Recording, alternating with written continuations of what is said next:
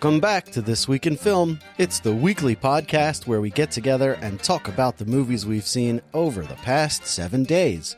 I'm Nick Panunto, joined as always by Midwest Matt Lauer. Matt, how's it going? It is going pretty well, Nick. Given the circumstances, can't complain. How are you? I guess I'd have to agree with that statement. I saw one movie this week because I just couldn't bring myself to watch anything else. I just didn't want to. And last night, the movie we watched, I forced myself to watch, and I just told my wife, you pick what we're watching because I just don't care. Nothing like a movie podcast for someone who doesn't like movies right now. After last week, I've just kind of movied out a little bit. Last week the show must go on. Pretty intense. I saw 3 movies. Okay, what were they? The first one was Poltergeist 2. Oh, wow. Okay. Yeah, I wanted to follow up Poltergeist 1 with the second. And then I saw a movie called Ma. Oh, wait, is that the trailer with what's her name? And she's like, come party at my house, kids. Yeah, it's a movie starring Octavia Spencer. That's it, yeah. Yeah, who invites kids to her house. And then, I don't know, I guess in the opposite sort of vein of how you are feeling, I was like, you know what? I do kind of want to watch this other movie, so I'll watch this too. And it was a poor choice, spoiler alert. I watched Open Water 2, Adrift. Oh, wow. Haven't you seen that before? No, I've only seen Open Water 1. Okay. I still haven't seen that one yet. I also saw The Reef, which could have been called Open Water, I guess, 4 or something at this point. Is The Reef the one with Blake Lively, where she makes friends with Steven Seagal? What? Or she makes friends with Steven Seagal? Oh, no, that's the Shallows. Oh. Yeah, people just have a hard time coming up with the original name for shark movies. But anyway. What was The Reef? The Reef is the one that I've reviewed it twice because I watched it. And then when I was watching it the second time, I was like, about 20 minutes in or something, I was like, this seems familiar. Oh, that's right. I've seen this before. Didn't realize it at all when I chose to watch it. I'd say Open Water's worth watching. The Reef's worth watching. The Shallows I didn't think was very good. I thought The Shallows was okay. I really like that Steven Seagal joke. Oh yeah, I really like that shark that tries to set murder scenes. I watched a movie called, hold on, I keep forgetting what it's called. Oh no. The Journey of Natty Gann from 1985. When you tell Jill to pick something else, she just really finds something obscure, huh? A little bit, yeah. Why don't you start since you've had the most, since you win this week? Yeah, I won. So, Poltergeist 2. The plot of Poltergeist 2 is, and having seen this only about a week ago, I still feel like I don't really remember this that well. The family moves, but the spirits from under the old house follow them. I guess because there's like a spiritual juice going on within the family. There's kind of hints pretty early on in the movie that Carol Ann and her grandma, because they moved to her grandma's house, and there's some discussion going on between her and the grandma that's like, you've got special powers. And she even tells the mom, that this is the grandma speaking, tells the mom, hey, you know what, you have some special powers too. Or no, actually, you know what, I'm not quite sure if she says it, or see, this is what I'm saying, I can't remember all that well. I can't remember if she tells the mother that she's got some special powers or if it comes up later in the movie. But she definitely tells the granddaughter, you've got this special gift. And I think that's supposed to be the reason that the spirits follow the family. But then eventually, and I'm spoiling a bit here because, this is a movie from like 1985 or something. They end up having to go back to the old house because the stuff is like, it's coming out from there. Oh, but the movie starts with a couple Native Americans like singing around a fire and like reading the spirit smoke, and like it goes up this one guy's nose, and then he is on his way to find the family. Meanwhile, this conversation happens. Then the grandma dies, and I guess stuff really hits the fan there. This old creepy dude shows up, and he finds them at a market, and he's like, hey, I want to talk to your daughter. She's a real pretty girl. She's got a really nice way about her. And they're like, oh. They are pretty, like, suspect of the guy, like, right from Jump Street, which is good because he's acting incredibly creepy. And if they were, like, the sort of characters that are just like, well, I trust this guy because he's smiling with all the teeth in the world. He's got so many teeth. And so anyway, fortunately, they're like, oh, this doesn't really sit well with me. I'm going to take my daughter now. And then he shows up in their neighborhood. And this movie's kind of like the first one where there's a lot of different stuff happening. And no one did a whole lot to try to make it very cohesive. In this one, if you were to say what's the main thing that's really going on, you might say it's a battle between the Native American and this old guy, but the movie just sort of drops the Native American character like left and right. Like he'll be in one scene as though he's living in their backyard, and then he'll just not be around, and you're like, shouldn't he be around right now? Why would he just disappear? Did he have something else to do today? And other times you'd go, oh, this is about the mom discovering that she's got powers. No, it's about the dad apparently. And so towards the end you get a lot of Craig T. Nelson focused stuff. He does at one point a pretty wild impression of the old man, and they're like, whatever, maybe they put fake teeth in his mouth, I'm not sure, but the way that he's like singing the song that this old man was singing, you're like, huh, his mouth is really looking like that old guy's mouth right now. So that's pretty effective. When it comes to the good stuff from this movie, what does work, the creepy old man is 100% creepy. And that's just probably all performance right there. This dude's just really good at making me like, ugh, I want to call an adult. The elements, including the grandmother, even though this idea that they all have powers feels kind of weak, it does add something to the movie that somehow works in terms of giving the spirits some motivation for like following these people around. I guess it helps that there's something. Otherwise, you've got like the effect of like Jaws the Revenge, where you're like, for some reason, these sharks are just obsessed with this family. The Native American character himself, I mean, this movie doesn't treat culture very like sensitively or anything, but the actor's likable and the character's really likable amidst the rest of the movie, which is just, it's really messy. Again, kind of like the first one, there are sort of nonsensical events where it's like the tree eating the boy gets overlooked pretty easily.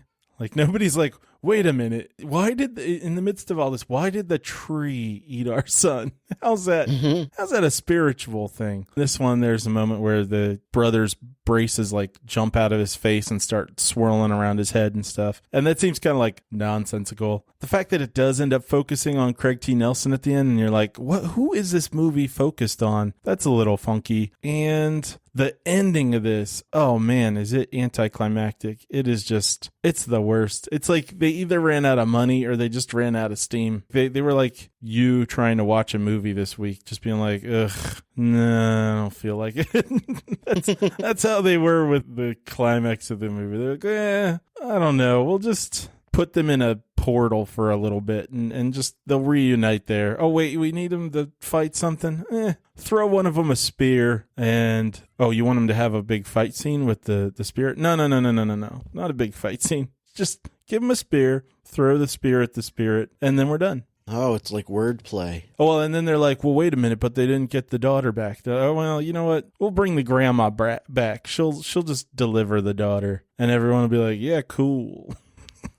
It's disappointing. I enjoyed these movies so much when I was younger.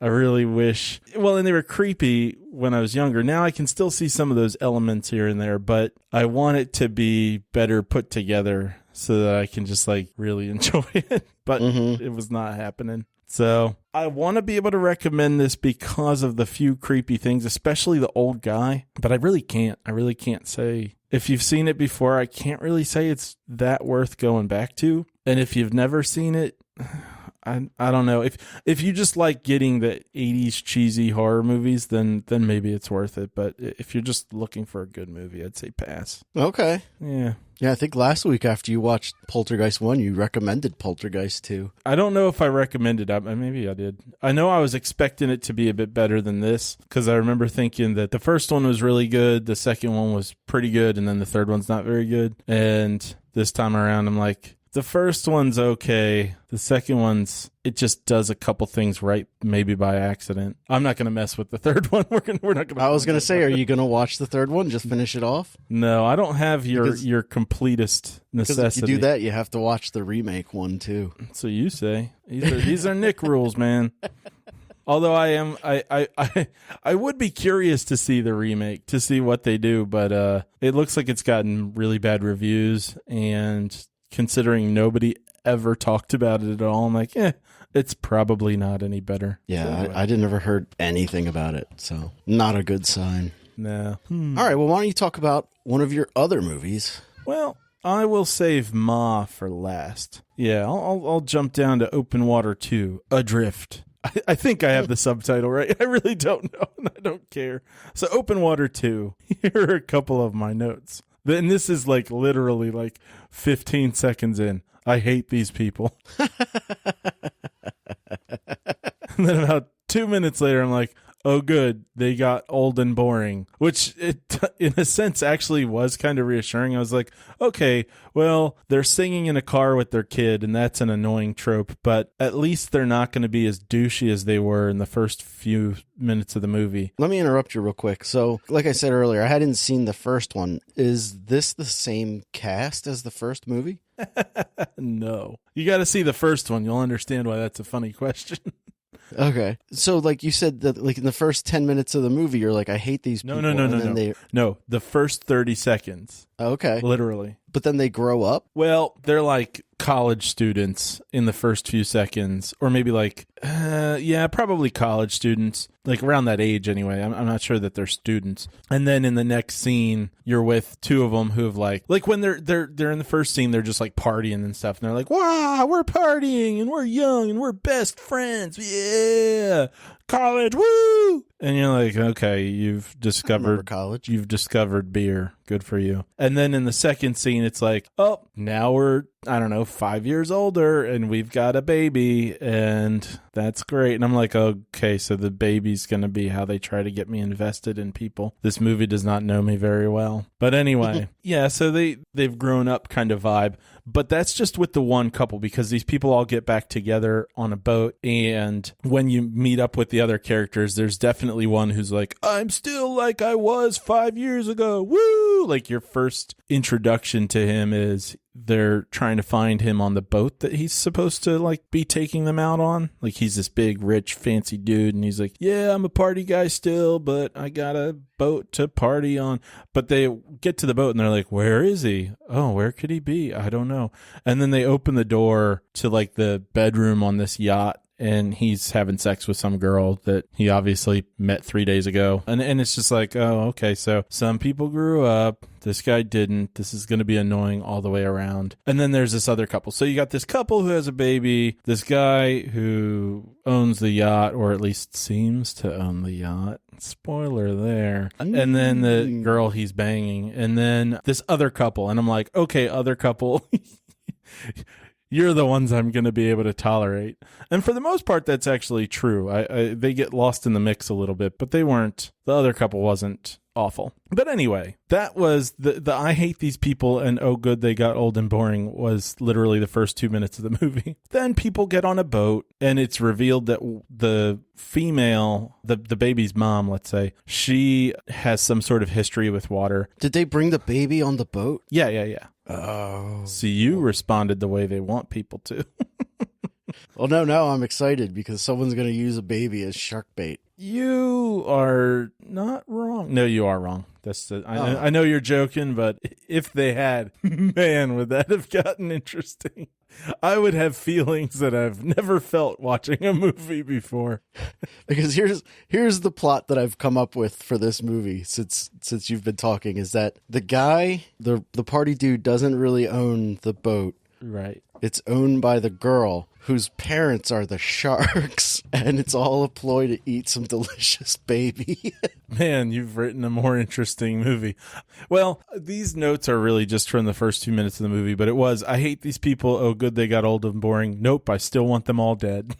And then, great, there's a baby to try to make me care. So they're stuck on the boat. Here's what happens that's like the inciting problem. And it takes a while to get there, I think. But they all jump off the boat into the water, and then they realize, hey, wait a second, nobody put the ladder down. Oh no, we're stuck in open water. So they can't get back up on the boat because there's no ladder, and they are outside swimming around, treading water. And I'll tell you what, for about 50 minutes, it might have been 51. I did check the clock. Nothing happened.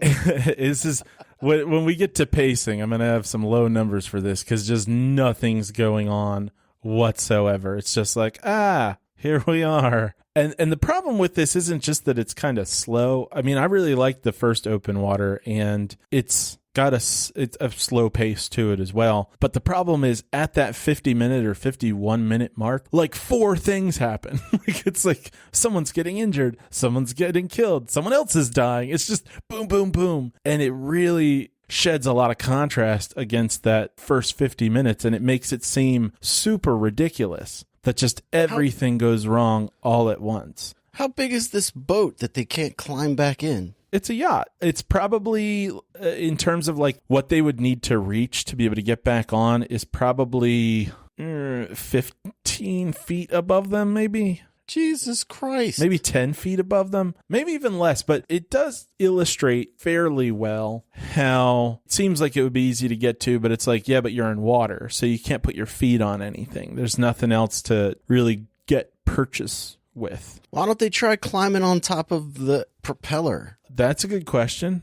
I don't think they do try that. At least to get some sort of leverage, and then like have someone else climb on top of them. To give the movie credit, I guess, because it would be easy to assume that they don't try anything at all. You do get to see them try a couple things. One thing that they come up with way late, I'm like, yeah, I thought of that immediately. Like this guy's like, I have an idea, and I'm like, I wonder what he's going to come up with. And then he said, well, I'm going to spoil this a little bit because it doesn't. Please, I'm never going to see it.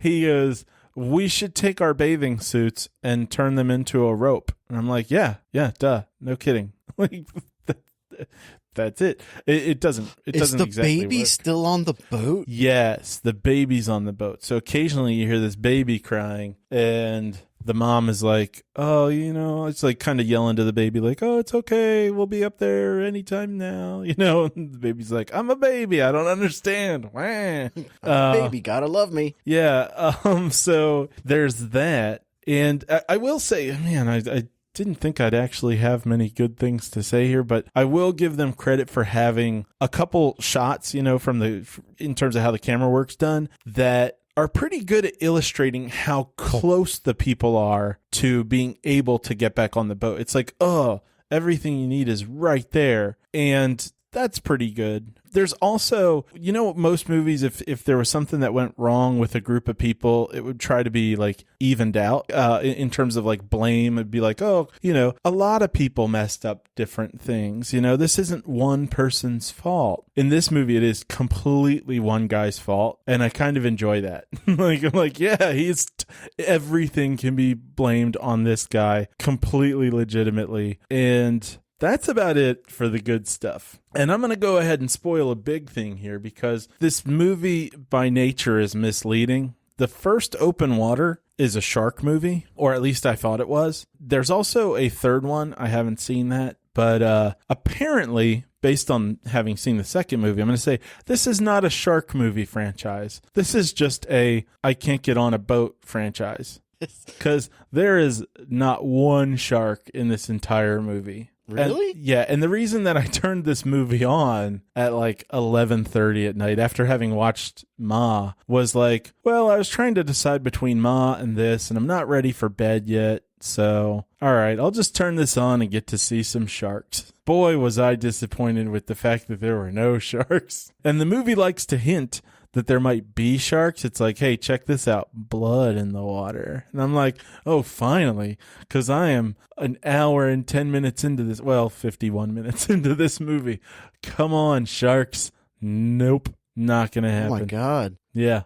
Yeah. And the only other note that I have that says good is, oh, there is a reason for the one guy to stop the other guy from stabbing the boat. The note before that was, in the bad section, was people are doing stuff for no reason, like the one guy stopping the other guy from stabbing the boat. A few minutes later, they're like, no, here's the reason for that. And I was like, oh, okay, well, you weren't as dumb as I thought. That's going to get a pro. You get a good mark for that. Yeah. There's a guy with a knife? Yeah. Guy has a knife, and he's trying to get into. They discover that there's sort of a panel on the side of the boat, and he's trying to stab his way into the panel. And I was like, and another guy comes over and like is really eager to stop him from doing that. I'm like, hey, that's your best way onto the boat, man. Why would you be stopping him? And then of course, what's the plan, to like sink the boat a little bit in order to climb up? No, it's to open the panel, and that if they can open the panel, they might be able to get into the boat or be able to like use it to climb up. Does that make sense? Yeah, sure. Yeah, not trying to sink it, because I mean, then you'd be on a boat, but then your boat's sinking. Although I guess I would think call for help. Yeah, like you could call for help, or at least like try to run the engine and get closer to shore or something. Yeah. I mean, it beats drowning. Right away, at least. Like you could drown later, or I'm sure there's life preservers on the boat. There is. One woman has a life vest on because she's the one who has a history with water. Oh yeah, I didn't finish that part. So at the beginning, when she's getting ready to walk out onto the dock thing to get to the boat, she has a sort of flashback to swimming with her dad. And it's pretty clear. I don't know if it's not supposed to be, but like it's pretty clear that her dad drowned while they were swimming together when she was a kid. Mm-hmm. So she wears a life vest. So she's got that. For a little while, they have an inflatable dolphin. And then there are two little handles or something on the bottom of the boat. I don't know what they're actually supposed to be for, but the people can kind of hang on to those while they're treading water. But anyway, the bad. Well, I think I've covered some of this. First of all, no sharks. Second of all, waiting 50 minutes and then having everything happen. There are some weird choices in terms of like music. Like it felt like there was no music throughout most of the movie. And then all of a sudden there's this really dramatic orchestral music that it just comes out of nowhere. So it really doesn't feel like it fits. And then like there's suddenly slow motion and that doesn't seem to belong there either. The acting is just kind of par until this one dramatic moment. So there's a moment where the guy's like, okay, here's why I stopped the other guy from stabbing the boat. It's because it's not my boat. I've been faking this whole thing. I'm not rich, blah, blah, blah, blah, blah. And he's like crying, and it's just really bad. It's like the worst dry cry ever. So the acting's not that great. There's really not much to sell you on.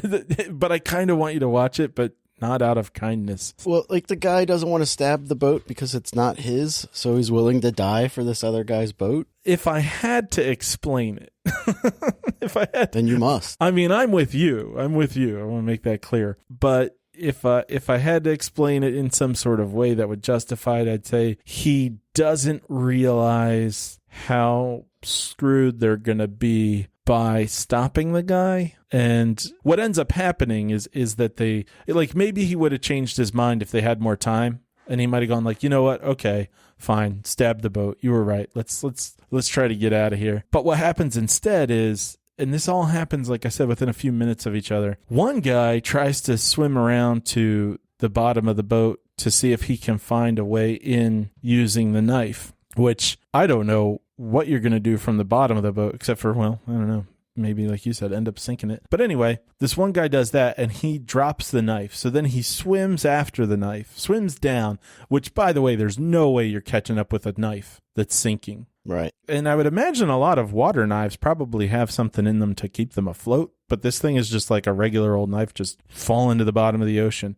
Somehow, even though he's like 15 feet behind it, this guy catches up with the knife. But then he's out of air, so he's got to swim up really quickly. And you would think, oh no, he's going to give himself the bends. But that's not the case.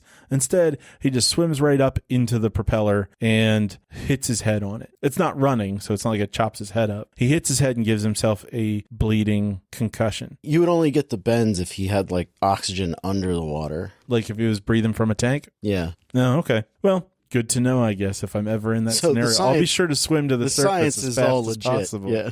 Based on what Nick's told me. And if I get the bends, everybody knows to blame Nick. It's on tape. We tried scuba diving together. Yeah, I'll never be getting the bends because I can't swim underwater. Yeah. Anyway, story for another time. So I bang my head. No, this guy bangs his head on this propeller. Then like 2 seconds later, the other guy gets the knife from him because he's still got the knife, even though he knocks himself basically into being nonverbal. The other guy gets the knife, starts stabbing the side of the boat. The other guy goes to stop him and ends up making the first guy stab himself with the knife. So now we got a guy bleeding from the ears. This guy stabbing himself. It's very clear there's blood in the water. So you're like, okay, shark time.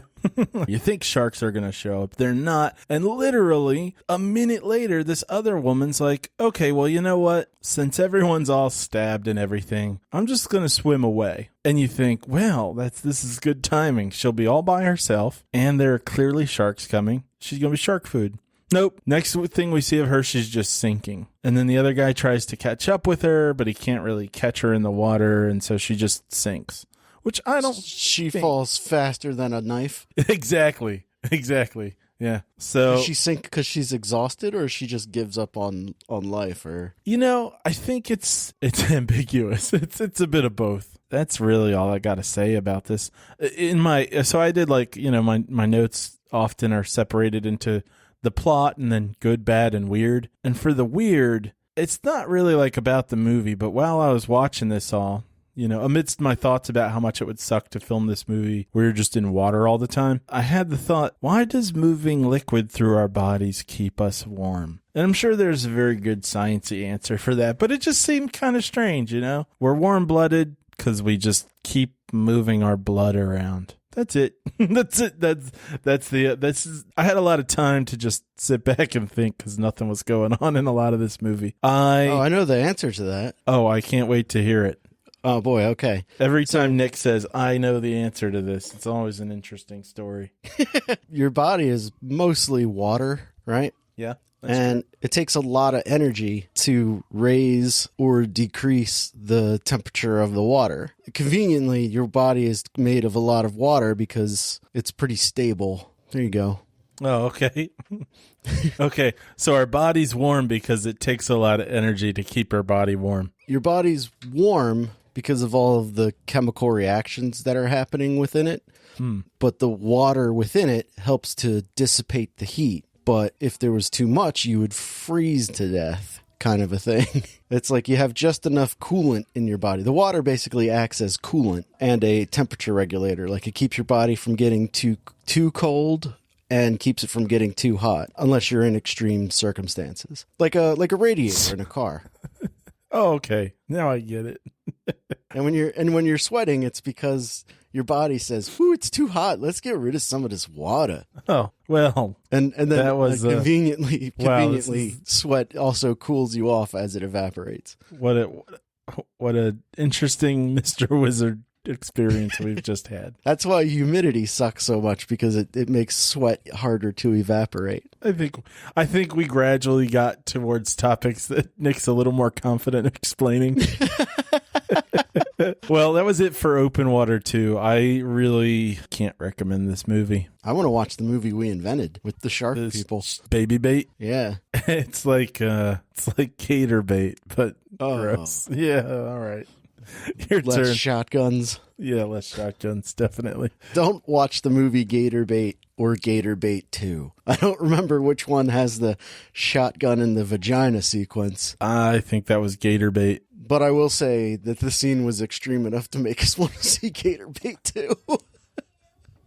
Yeah, I don't know. I don't know what possessed us to watch the second one. But it definitely stuck with us. It's not the sort of thing you easily forget. Yeah. Pretty disturbing. Nick, tell us about... Speaking of movies that I've seen this week, I watched The Journey of Natty Gann from 1985, directed by Jeremy Kagan. And this movie stars Meredith Salinger. John Cusack is in it for some reason, and Ray Wise is like the dad. Help me out here. Scatman Carruthers is also in this. Oh, he's cool. Help me out here if you can. Mm-hmm. What was the appeal going into this? Like, what made Jill want to see it? She had seen it many times as a child when she was younger. And after we turned the movie on, and it had been playing for a while, I too have seen this movie before. Oh. And you probably have seen it too. I'll bet I have not. I mean, it's one or the other.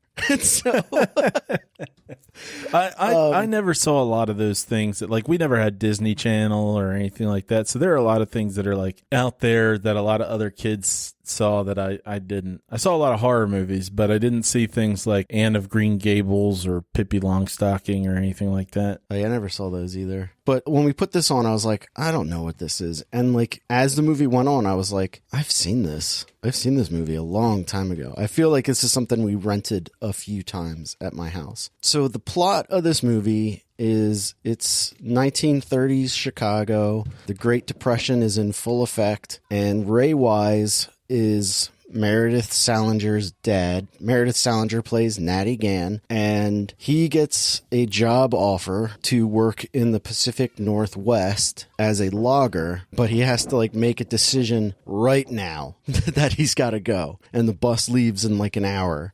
And he's like, okay, well, I guess I'll go try and find my daughter, who everyone in Chicago knows. I got to try and find her to tell her, hey, I got to go. I'll send for you in a few weeks when I get paid. And he can't find her because she's just out and about. And he basically asks the lady who runs the daily hotel they stay in to watch his kid for a couple weeks until he gets back. And so like that's when the movie starts, basically, is this girl has like a run-in with the cops, and the lady who runs the hotel is like, I've had it with you. It's been nearly a day. I'm calling the orphanage to take you away. And so Natty Gann escapes and makes her way to like the railroad to try and make her way to her dad, because apparently there's only one logging camp in all of Washington state. So that's where she's going. She jumps a train to, like ride the rails kind of a thing. Uh-huh. And she runs into John Cusack for some reason, who is very young. John Cusack has been around for forever, which is weird. Anyway, John Cusack looks like he's supposed to be like 16, 17 in this. Uh-huh. And the main girl is either supposed to be like 12 or 13. So it's like there's this weird age discrepancy. Anyway, John Cusack kind of watches over her the one night, and then they get separated, and she just kind of makes her way through the woods, and she comes across this town, and she makes her way inside this gambling arena where there's a dog fight going on. And this is an unexpectedly violent sequence where there's like a Doberman pinscher. I don't know dogs. I'm guessing it's a Doberman fighting a wolf, like a full-on wolf. Okay. And the wolf wins. And it wins because its mouth is covered in blood, and also there was the sound of the dog's neck breaking. Oh, God.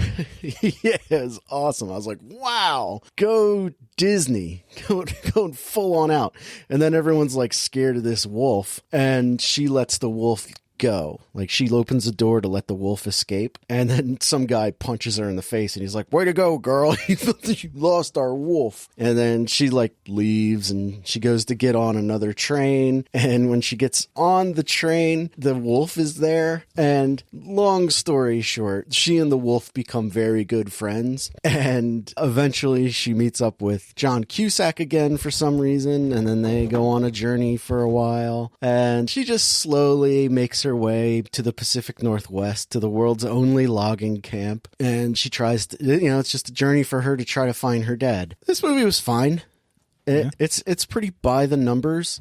The one thing I liked is that when there is no need for dialogue, there isn't any. She doesn't spend a lot of time talking to the wolf, explaining what's going on. Okay. The movie respects your intelligence as far as like it doing visual storytelling rather than telling you. And the wolf is really good. The main girl is very good. Cusack is fine. Ray Wise, who plays the dad, he's been in tons of stuff. If you don't know who he is, but he just looks like he was born to play any character in the 1930s. He just has that look about him. And this was a fun movie, and it's pretty nostalgic. It's got that definitive mid-80s Disney feel to it, to the point where James Horner was the composer for this movie with the music, and I swear to God, I've heard this. Either the music is just generic James Horner stuff, or 4 other movies have used this exact same soundtrack. While the music's playing, I'm like, this sounds so familiar. At one point, I thought it was the music from Independence Day. And then I was like, maybe it's the music from The Rocketeer. It's just like generic Disney uplifting adventure music, but it's really well done. See, I thought you were going to say it sounded like the Pirates of the Caribbean theme that's also in... What was it also in? Was it also in The Rock? Is it? I think so. I didn't know that. I think it's The Rock, where it's like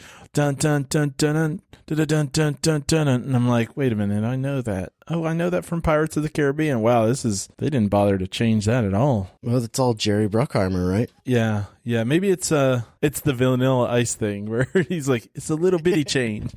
It's that little bitty change. Yeah. I really don't have a whole lot more to say about this. It's definitely worth checking out if you've got like an hour and a half to kill, an hour 40 minutes to kill. It's a fun adventure movie. It's really well done. It's corny. It's like a family film, but the main girl swears a couple of times. There's a pretty graphic violence. There's a lot of horrible death. Like at one point, the dad is working for this logging company and they have to like clear a path with dynamite. Uh-huh. And I don't know what the intention was, like what the deliberate plan was, but they put all this dynamite under a tree, and then the dad like lights the dynamite, and it's got like a fuse of like 2 feet. And I'm like, why wouldn't they use more fuse and run away? Like, why are they all standing next to this dynamite? And it's not like the dynamite gets lit accidentally. There's like a scene with the dad, and he's like carefully lighting the fuse and deliberately lighting a match and putting it to the fuse. And then it cuts back to like the guy who runs the logging camp, who seems like a pretty decent guy, and the men all seem to like him, which I thought was refreshing. It wasn't just corporate megalomaniac taking advantage of workers. There's like this weird love between this guy and his workers, which I appreciated. Anyway, so the cuts back to this man, and they're all just like waiting for the dynamite to explode, and there's this massive explosion, and everyone's like, oh my god, we gotta get them out of there. I'm like, well, what was the original plan? How do you know that?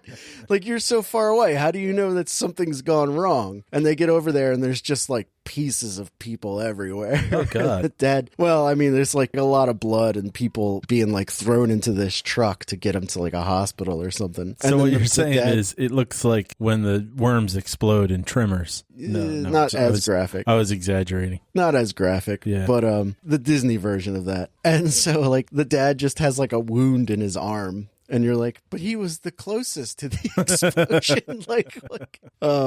He should be the most exploded. Yeah. And there's like, so like girls trying to make her way to the only logging camp in Washington State. I keep saying that because she has no idea where the dad is. And she's like, well, he's got to be at this one place. And the guys have all finished working. Like, I guess they're not like doing logging for lumber, but like they're clearing a path for like maybe a train or something. It's not entirely clear, at least to me, what they were attempting, like what their job was other than chop down trees and blow up rocks. I just assumed it was for lumber, but I guess it was actually for building roads or railroads or something. Anyway, as the movie goes on, it gets later and later in the season, and winter is coming, and you're moving further and further north. And so like they establish that it starts snowing and stuff, and her and John Cusack are like, oh, it's getting cold, but we're not really suffering. And they go to the dad, and the dad thinks that she's dead because they found her wallet in a train wreck, and he's like real sad, so he just keeps taking these suicide jobs basically. And the boss comes in and he goes, gentlemen, we've received word that our work here is not yet finished. We have a few more things to do. And the men are all like, oh man, but we were supposed to go to Alaska this week. And I'm like, you want to go to Alaska in winter? That's the goal here, is to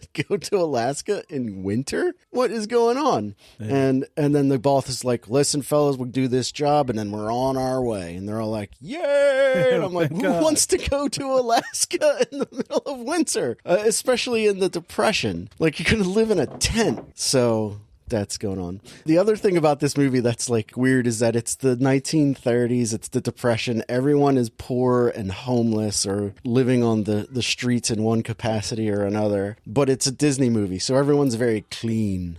Like everyone's clothes are in tatters and dirty, but no one's got any dirt on their face. And that really stands out. So I thought that was funny. Nothing like authenticity.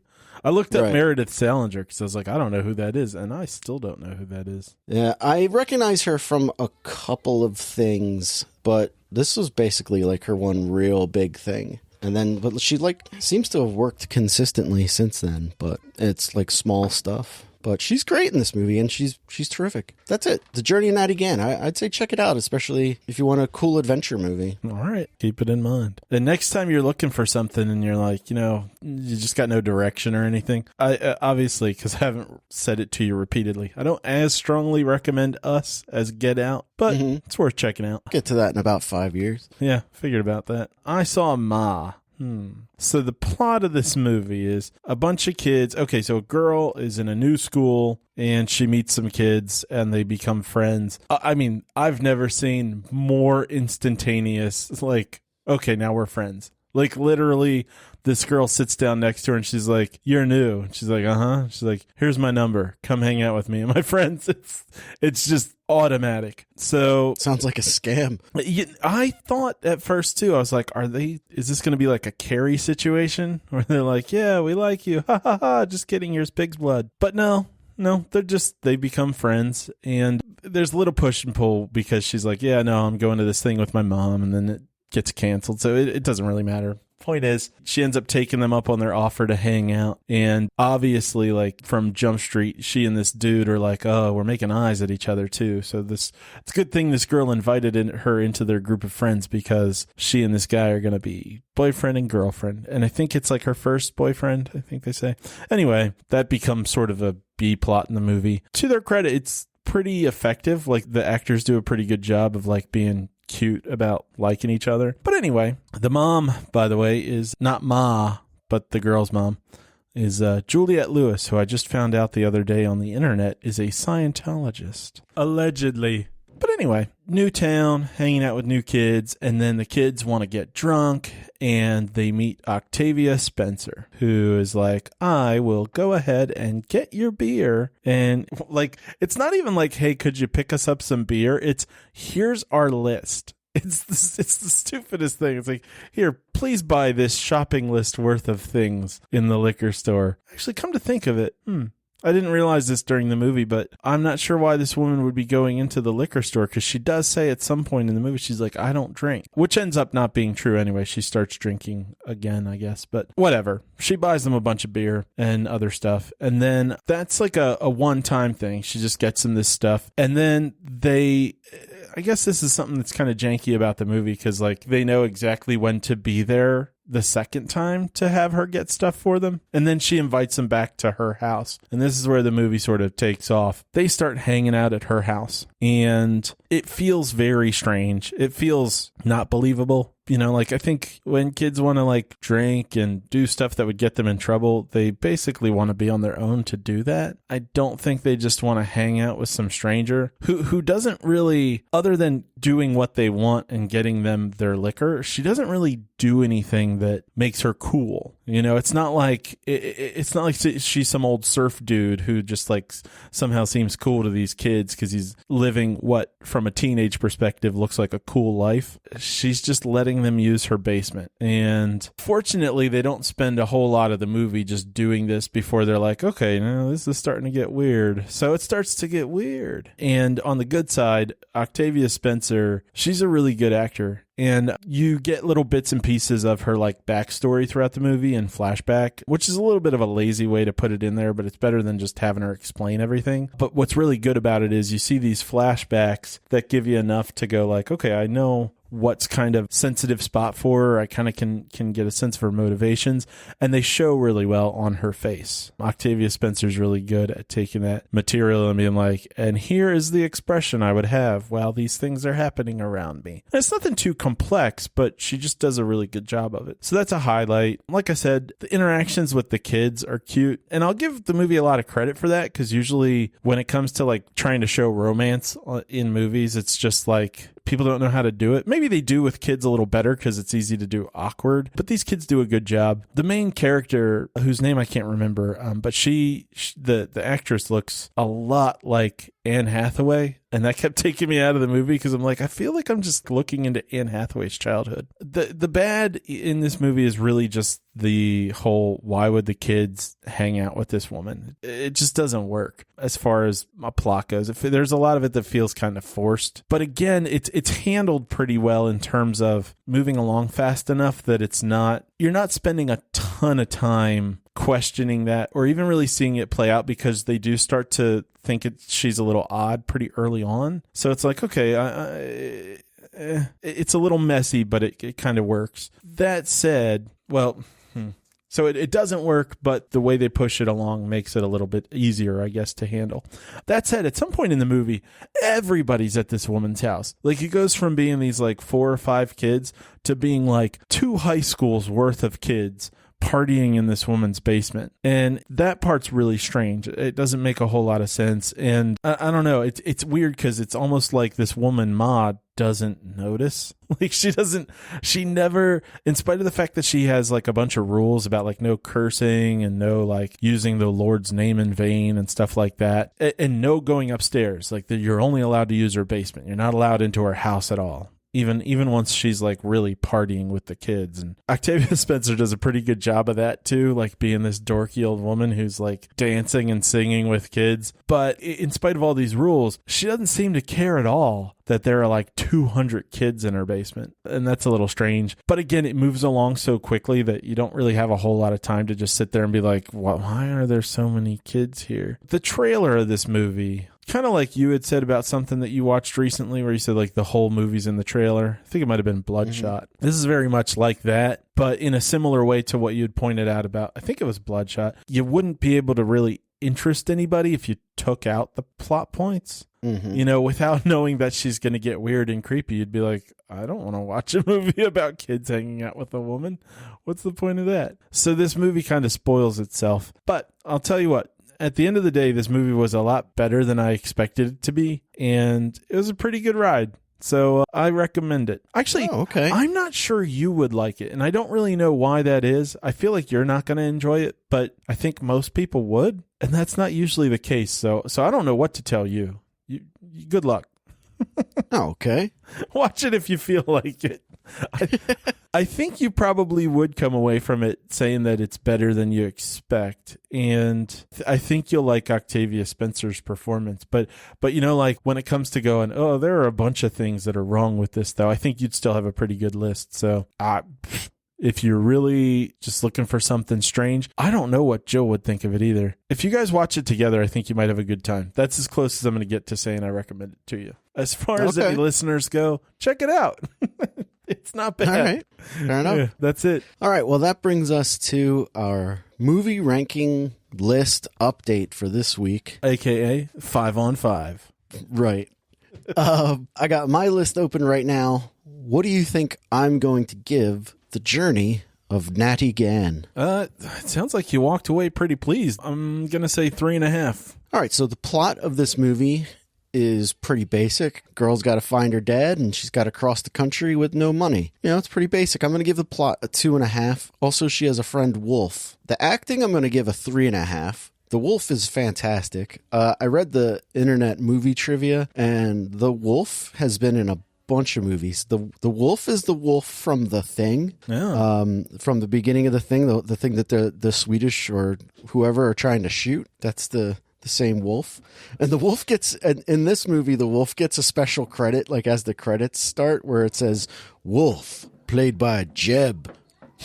Like, she doesn't name the wolf at any point? No, they just call it Wolf. Huh, interesting. Which I also appreciated, because she doesn't own the wolf or anything like that. She just says, yeah, me and the wolf are just kind of going the same way. And I really like the relationship between her and the wolf, because they help each other out and they don't expect anything from the other one. And then there's this one part where the wolf can always sense danger or whatever. And there's this one part later where the wolf just starts growling out of nowhere, and John Cusack is like, what's the deal with the wolf? And she goes, something bad's about to happen. And Cusack's like, what are you talking about? And she goes, he always knows when something terrible is about to happen. We need to leave right now. And I'm like, that a girl. Way to pay attention to the wolf, because the wolf knows what's up. Pacing for this movie, I'm going to give it a 3 which might be a little generous. It does kind of lag. Like, a movie's an hour and 40 minutes, but it feels much longer. But it does tell a lot of story in a short amount of time. The aesthetic, I'm going to give it a 4. It looks great. It really feels like you're in the 30s. Everything looks dirty and gross and poor, except that everyone has recently had a bath. And then for enjoyment, I'm going to give this a 3.5. This was a fun movie. I enjoyed it. And while I was watching it, I thought to myself, my son would really like this too. I'm not sure about my older daughter, but I think my son would enjoy watching it. So that's pretty good. So this score ended up averaging out to about a 3.5. Wow. I'm sorry, a 3.3. Oh. So close. I got to start guessing these in between numbers. I don't think we can. Can we do that? I can tell you whatever I want. I have your list open, and first thing you talked about was Poltergeist 2, right? Oh, yeah. I'm going to do Ma first, though, because I just remembered something. So when she finally, snaps, it feels a little... It's one of those things where it's hinted at enough, or it's shown enough that you're like, she could do this more gradually. It's a little bit like Open Water 2, where a lot happens at once. But the first thing she does that's, really over the edge, it's an awesome moment. So that's... I'll say, if you do watch it, I don't want to spoil it, but if you do watch it, you'll be like, pretty crazy when she finally just goes off, isn't it? Be like, yeah. And it gets some points for that, because I definitely was kind of sat forward and laughed at the same time. But anyway, so Ma. Well, you seem to really enjoy this movie, so I think you're going to give it a 3.5. Let's see. Story, plot. It's a weird idea, and it seems kind of forced, but it's an enjoyable ride as the plot goes. Yeah, okay, I'm going to give it a 3 for the plot. That seems a little generous, but my enjoyment and my plot may be mixing a little bit. The acting in this movie's all pretty good. The kids and Octavia Spencer more than most. I'm going to give the acting a 4. Yeah. And the pacing's perfectly fine. It moves by very quickly, so I'm going to give the pacing a 4. Aesthetics, I didn't really notice anything special, so I'm just going to give that a 3. And then enjoyment, I'm going to give it a 3.5. Wow, that brings the score to an even 3.5. Wow. Good guess. All right. Hey, I win the prize. Next up, another beer. I'm going for the high score. Poltergeist 2. I think you're going to give this movie a 2.5. 2.5. All right. So the story's junk. So I'm going to give the story a 2. The acting, other than that one scene where Craig T. Nelson is trying to pretend he's the old guy, there's not a whole lot of great stuff. The old guy's pretty good, though, and the Native American character, he's good. I'll give it 2.5. Pacing, it's hard to say because there's not much to it. I'll give the pacing a 2.5. The aesthetics, for the most part, are pretty dull, not really noticeable. But then there's this one moment where, I don't know if you remember this or not. Do you remember Craig T. Nelson, swallowing the worm in a bottle of tequila? In the first one? No, in Poltergeist 2. I've never seen Poltergeist 2. Oh, you should definitely see Poltergeist 2 then. So he swallows the worm in a tequila bottle, and then it gets really out of hand a minute or two later, and it just goes really haywire. There's some interesting practical effects there, really interesting practical effects. And then there's kind of a creature that happens. It also has the teeth of the old man. So if you haven't seen this old man, you should definitely see this movie. Just to see this guy and see the performance and stuff. I'm not too hesitant to say that. So the aesthetics, this is all over the place because a lot of it's drab, but then you've got this really, really wild thing that goes on there. So I'm going to give the aesthetics a 2.5. And I'm going to give the enjoyment a 2. That brings your score to be a 2.3 for Poltergeist 2. Okay.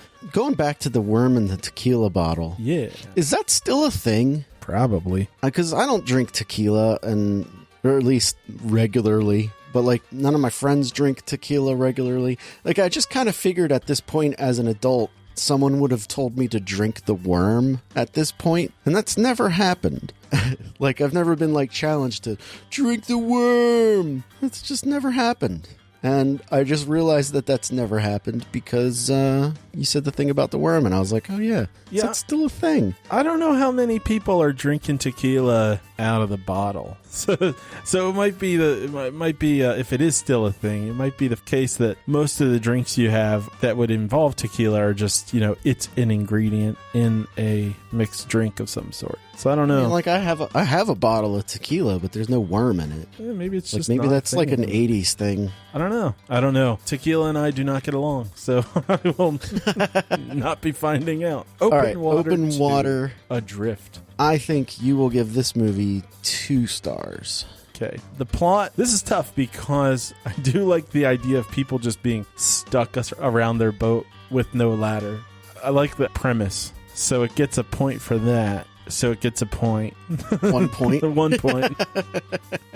The acting is pretty poor. It's going to get 2 points for acting. The pacing, oh man, this movie drags. 2 for pacing. No, 1.5 for pacing. I don't know why I'm giving it 2. Aesthetics. Well, like I said, there are some shots that are really good at showing you this is how close they are, but then they do stupid stuff like slow motion. I'm going to give it 2.5 for aesthetics, just because of those cool shots. They are really good when they happen. And enjoyment, it's going to get a 1. That brings your score for that to be a 1.6. Yeah, that sounds about right. Just barely better than The Purge towards the bottom of your list. Oh, wow. Yeah, that sounds about right, too. Speaking of our lists, if you would like to see them, you can go to thisweekinfilm.com. There you will find a link to our Letterboxd page, which keeps our list neat and tidy. Also at thisweekinfilm.com, you can find out anything else you want to know about our show, including the section called Midwest Matt Recommends. Matt, what do you recommend